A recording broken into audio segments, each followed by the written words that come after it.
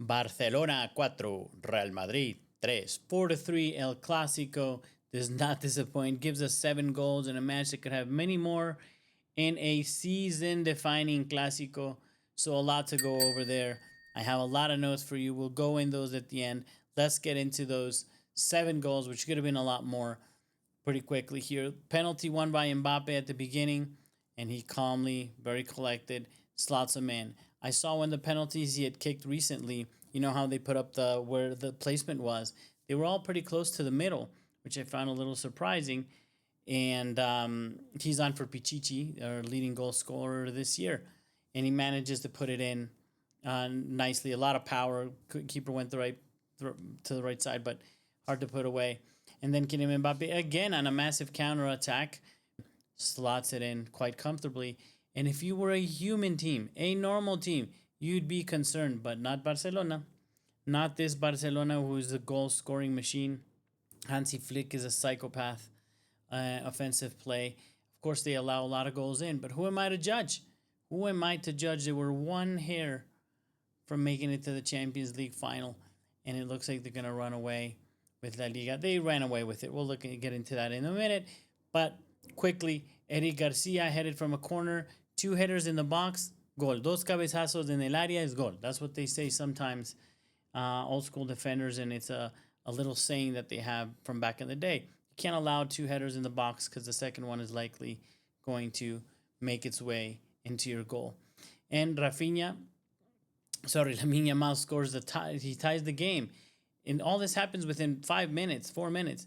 Now, my question to you, if you were not watching this game and I say Lamine Yamal scored a goal, what would be your first thought of what kind of goal, where he was, and how he did it? The one you just imagined, if you haven't seen the highlights, that's exactly what he did. Got in on his left foot, put a curler in. Very hard to stop, even if you know he's about to do it. It's kind of like things that would happen with Messi. You know, maybe even guess the side he's going to. It's a very different thing to stop him. With Lamine Yamal, same thing. Some of these, you see that with Bukayo Saka sometimes as well. If they do the cut and they're too quick for you and they just hit that ball, there's not much you can do, and the keeper may think it's going there, but he can't be out of position and guess, right? Because if they bring it to the near post, you're toast. Anyway, ties up the game. And then this psychopath this year, Raphinha, his stats are unreal. I'll see if I can bring him up, but yeah, I'll bring him up later at the end, but insane stats this year. And he manages to capitalize on a defensive mistake, a lot of the pressure. They do a nice little unselfish pass. He's able to put it in the back of the net. And then again, he doubled his tally, finishing off with a nice little attacking move. And Raphinha makes it 4-2. At the end, towards the end, in minute 70, Mbappe completes his hat trick, narrowing the deficit. But there was a lot of disallowed goals in this game. That's kind of my point. We saw 7. There were disallowed goals, other opportunities. This could have been 8-10 goals in this match.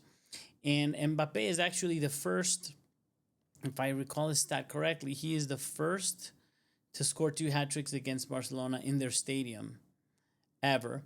He just beat El Bambang Zamorano, Chileno, striker, legendary striker from Real Madrid, has most goals in his first season. So he's getting up there. He's putting goals away. Pretty good, and he's up for Pichichi. I don't think when he was a Leeds player, everybody thought he would have the talent, but a season like this is really, really special. And actually, Barca this year have come back from 9 games, which they've been losing 2-0. So that's what I was saying. When they were down 2-0, since I've been watching them in the last couple of months, you're like, that's fine. That's okay. If they're not human, they know they can score 4 or 5 goals in a match if they have to. They proved that today.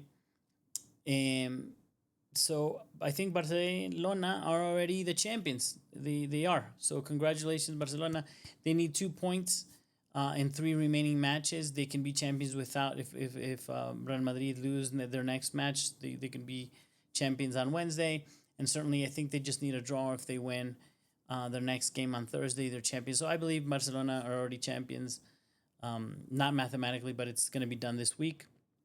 And such an amazing team with all the pain that they've gone through. The reconstruction seems to be complete. Like, they're at a place now where, unless they go crazy and do something stupid, they could just put in 2 or 3 players because their bench is a little rough and they're still a little bit young. And I think we saw that if they're able to stabilize their defense and manage that a little bit better, they can certainly go in for a run for the Champions League. But look, and yes, it required Real Madrid to really take a dump this year for them to be able to win, but they did.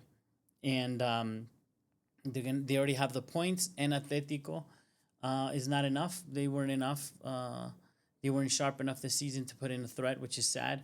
They could have. It was a good opportunity. Whenever Real Madrid takes a fall and Barcelona are building up, that was a huge opportunity for these other teams, especially like Atletico and now Athletic de Bilbao.